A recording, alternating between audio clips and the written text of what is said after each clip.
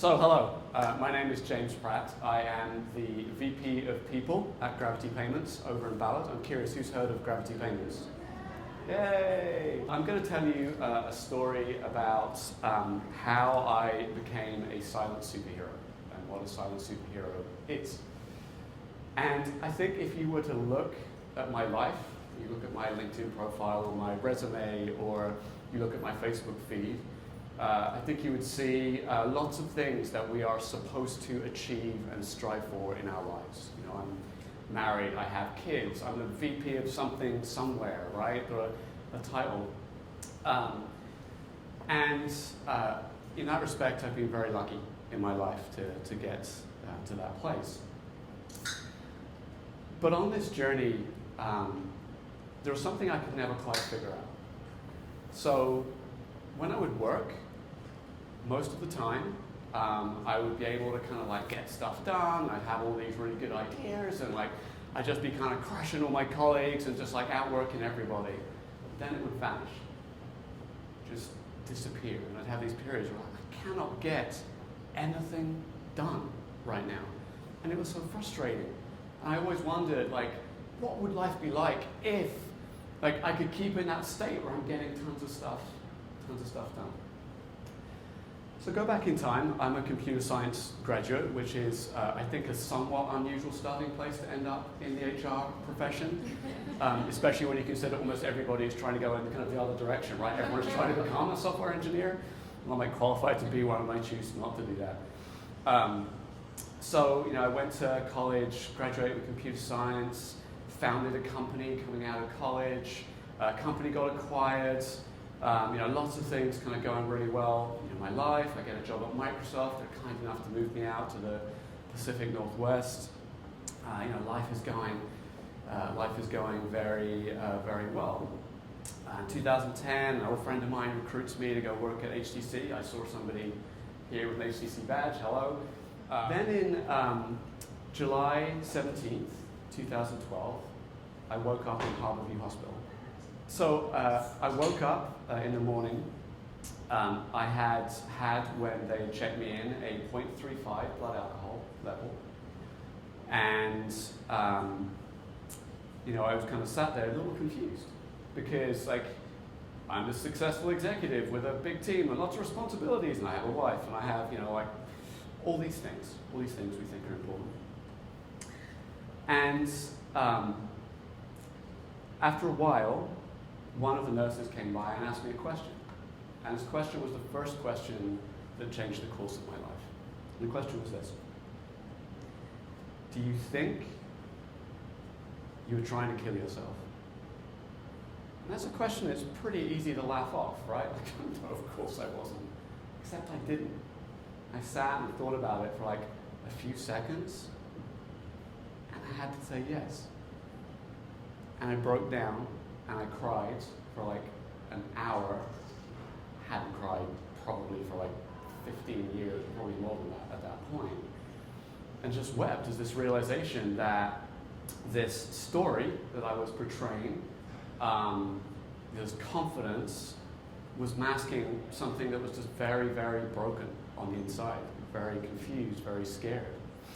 So life started to go on a really good track. You know, they call it, you know, started going to AA meetings, they call it the pink clouds, like, because you've given up alcohol and you feel great, and like you start losing weight, and like you go to these meetings and meet cool people, and like everything's great, and like you get really excited about like, oh, I'm going to work on myself, and like read all these books and do, and it's good. And like it may sound like I'm kind of, you know, mocking it, but it's great, because suddenly you feel like I'm in control of my life. So things were kind of on this good upward path. And then at some point, I didn't really notice, but things started to go downhill again. So, you know, I started getting sober in 2012, and then things just started to slide a bit, mainly going through 2014. And I wasn't really aware of it, but I was getting more and more kind of desperate, more and more unhappy. And it culminated in around October 2014. I spent 17 straight days thinking about ways to kill myself. The second thing that turned the course of my life happened kind of as I was coming out of this period. So I was in a couples counseling session with my wife, and the counselor was asking me a question. I'd been with Amy at that point, like, I don't know, 15 years or something. And he asked, do you believe Amy loves you? Which, if you've been in a relationship for 15 years, should, again, be an easy question to say yes to. I couldn't find it. I couldn't find it in my heart to say, yes, I believe that. And so our couples counselor, Richard, I remember, he sat down, he leaned forward, Amy and I were on the couch. He said, James, he said, you've been doing so well. You've been working so hard. You've been doing all the meditation and, exercise, and you're trying to eat better, and you're working on your relationship with Amy, and you're going to AA meetings. He said, you're doing so well. He said, but you know what? I just feel like maybe there's something else going on. There's a part of this jigsaw puzzle that we haven't found yet. He said, I'm not qualified to diagnose anything, but, I'd love to help you find a psychiatrist who can help you figure out what's going on. So I guess I'm quite good at, following advice or doing things people suggest, I guess, particularly when I'm sort of in a desperate state.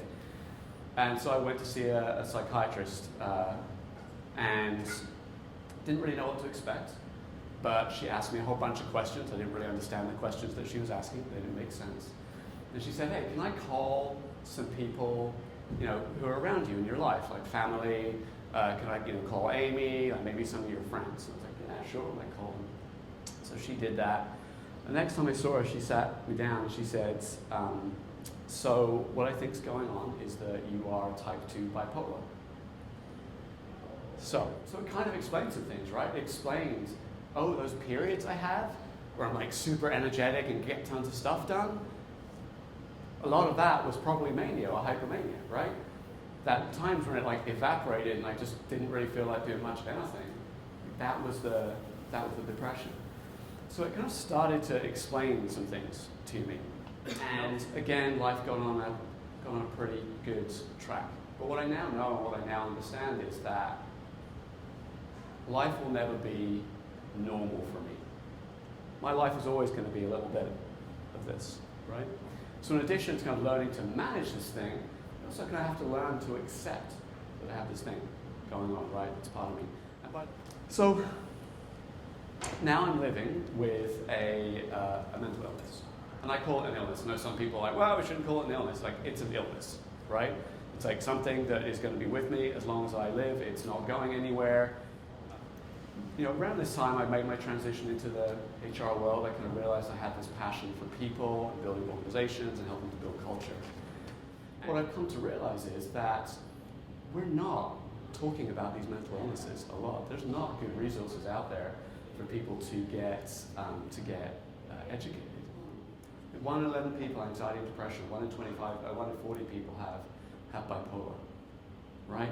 So unless you're working in a company of less than 10 people, which if you're an HR person, you probably aren't, because most companies don't have HR at less than 10 people, chances are there's at least one person in your organization. So it sowed an idea, but it didn't give me the push. Didn't give me the galvanizing call that I needed to do something. So that came 2017. I happened to be introduced. It'll become obvious later why I'm not using her name, but we'll call her Kay. We just got on really well. You meet someone in your life and it just clicks. It just feels like we're supposed to have come together and become friends.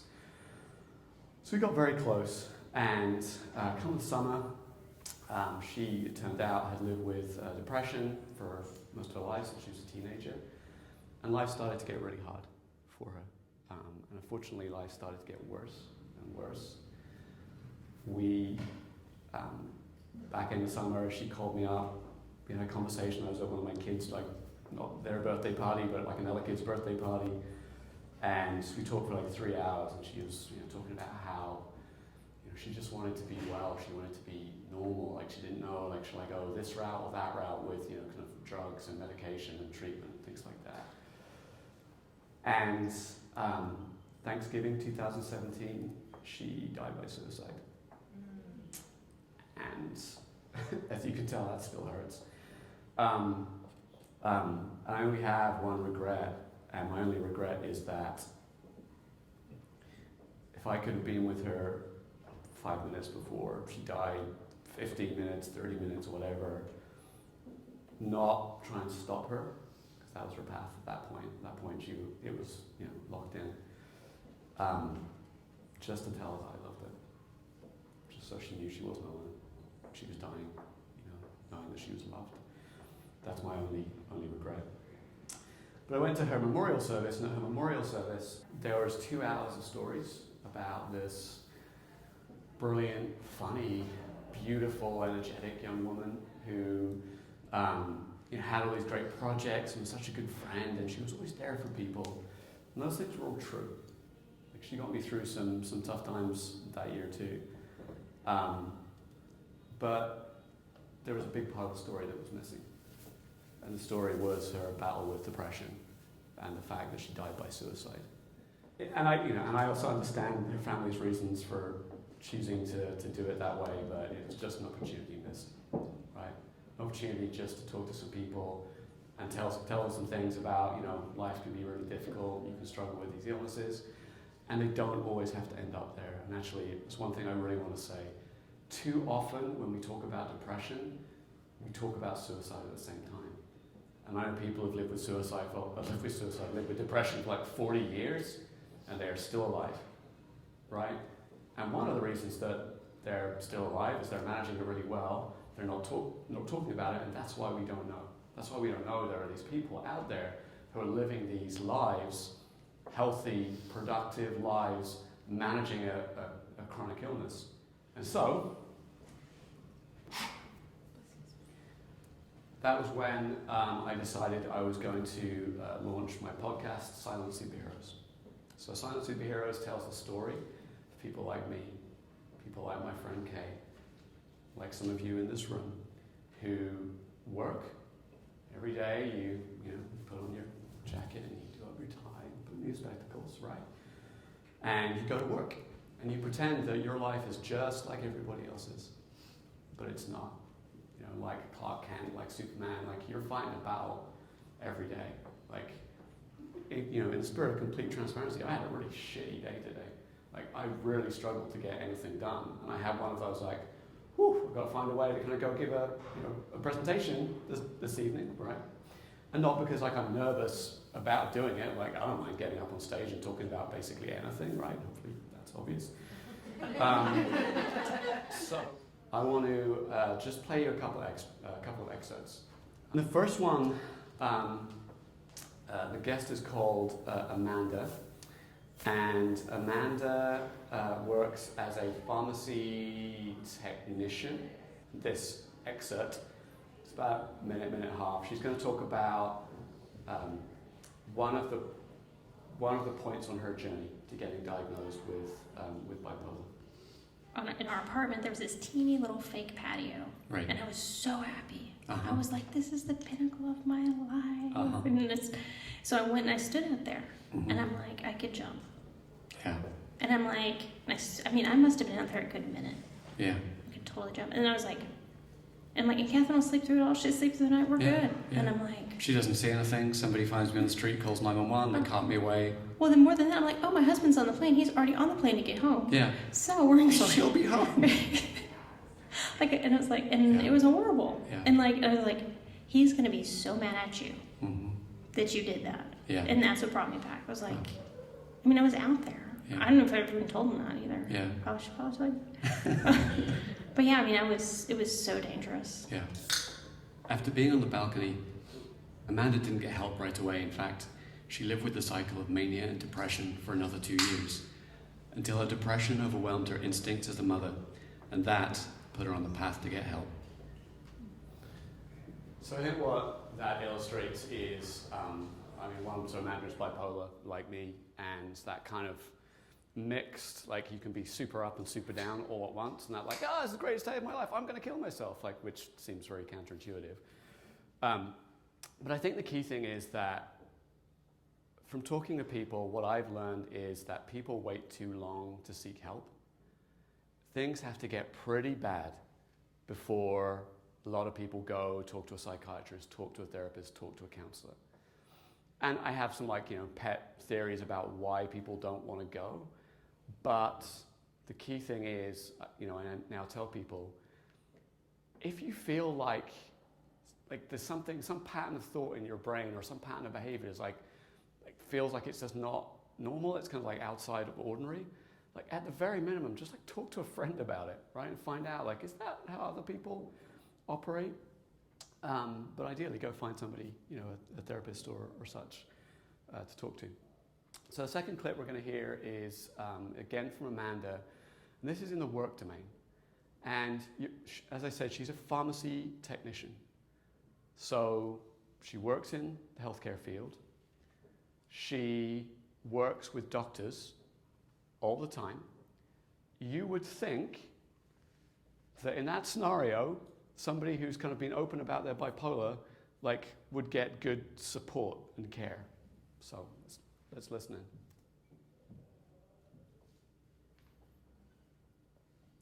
I wanted to hear more about how Amanda experiences her bipolar in her work and the effort that she puts into managing it.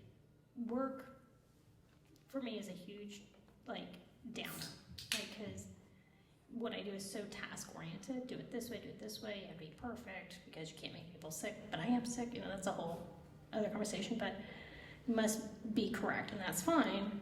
If I don't do it the correct way, then they give me crap. Right. You're not doing it right. I'm I know, I'm sorry, I'm working on it. Yeah. And so I fix it. No big deal. And then when they come and conference with me, I'm why are you doing it poorly? I'm what do we need to help you with your skill set? I'm it's not the skill set. It's that my brain, I temper it. If I were to, at work, I could easily go into mania at work and get it all done in 4 hours. Mm-hmm. And then I could just sit back and have happy hour at work because I'd be done. Yeah. But I'm not fun. I'm not really fun. I'm not even functional really. I'm So, and then I don't want to be pushed into a depression for the evening. Right. So so I temper it because this forces me to slow down, because if I'm too fast, I can't bring it back. Yeah. So when I have these conversations with my bosses, that will trigger some hypodepression, because I'm really? Yeah.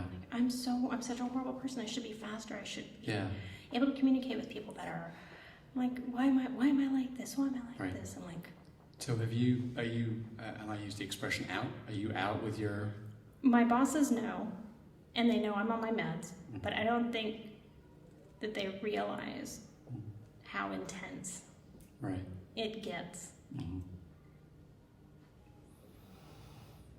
Yeah, so even though her management team theoretically understands what the experience of someone with bipolar is, they're still kind of pushing her to no, you've got to do things kind of faster. And how she describes it is true. It's I can go faster probably than anybody in this room in terms of getting work done, but it will destroy me. Hopefully not in the very literal sense, but in the, then I'll be unable to function for a period of time. So she needs to work in a steady way. So I think this is a problem that a lot of people with a mental illness, experience, which is not getting even if they talk about it in their workplace, not getting the support or the understanding to work in a way that is helpful to them. I'm going to play one more clip. We got time? And this is a different person. This is a guy called Reed Shretlin.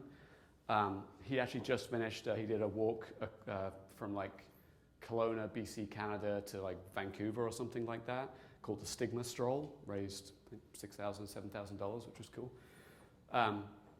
So he discovered he had depression while he was working at his current company, and eventually, as you'll hear, talked about it and got great support. And I think this is a good example of how, what I would hope most people's experience is if they come out with a mental illness at work. It was incredibly supportive, right? He offered ideas and suggestions for how I could tackle getting things done at work while figuring out my health-related issues. So you were able to tell him that I realized I'm in a severe depression?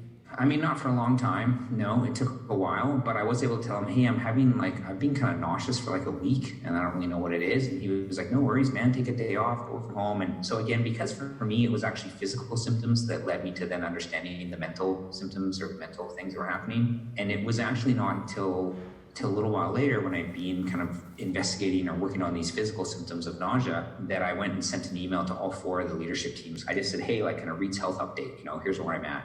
And most of it talked about going to the doctor and trying to get this thing figured out. And, I'm going to work from home a bit, but I'm still here and I'm being strong and tough and I'm getting shit done. And at the very end of one of the emails, when she was like, and there might be some mental health things, I'm not really sure. I just kind of kept giving them weekly updates. And it wasn't until, probably a month or 2 later where it was like, look, here's the situation with my mental health. I'm working on getting better. I'm working on getting back to 100%. I want to make sure that you're getting a good return investment on me as an employee. And so if you feel that you're not, like, let's talk about that. I almost like wanted them to fire me so I could not feel like I was again being a burden or like not living up to my expectation. And thankfully, instead of firing me, my CEO and the other leadership in our company are caring human beings. And the response I got was something along the lines of, we'll follow your lead on this. Like, you do what you think you need to and let me know how we can help. He said that and I still felt like shit because I still felt like I was failing in my job and I wasn't performing at the level that I could be performing at. And so thankfully,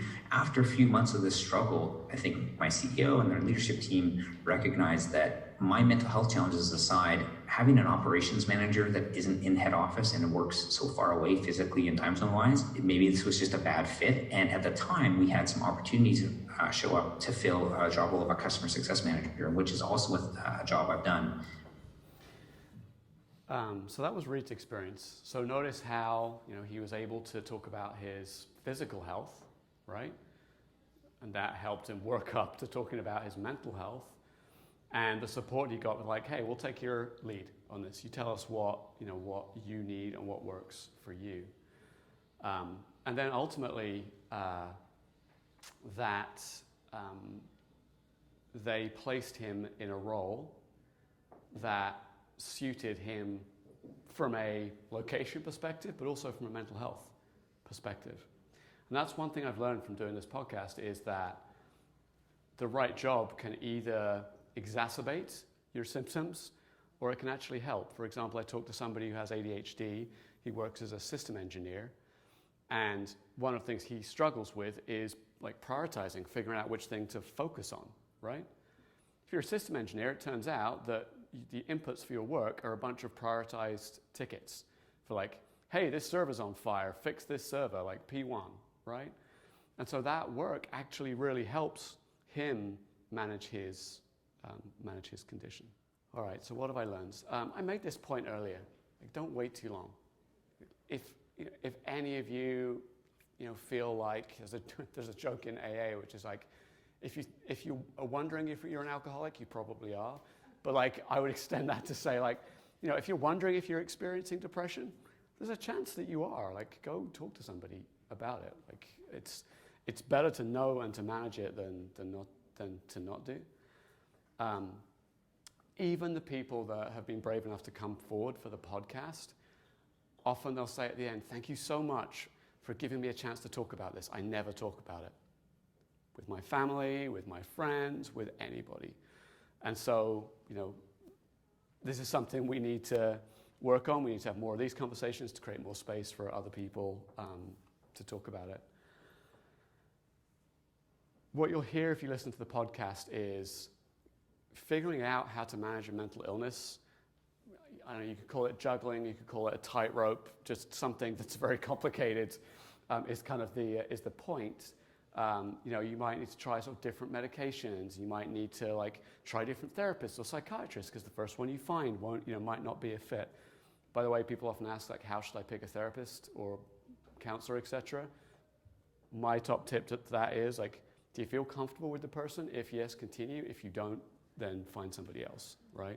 You don't have to put up with some like, aloof jackass or something like that. Like, it turns out not every therapist is that way. So yeah, getting care, there's a shortage of psychiatrists, so getting into a psychiatrist is really hard.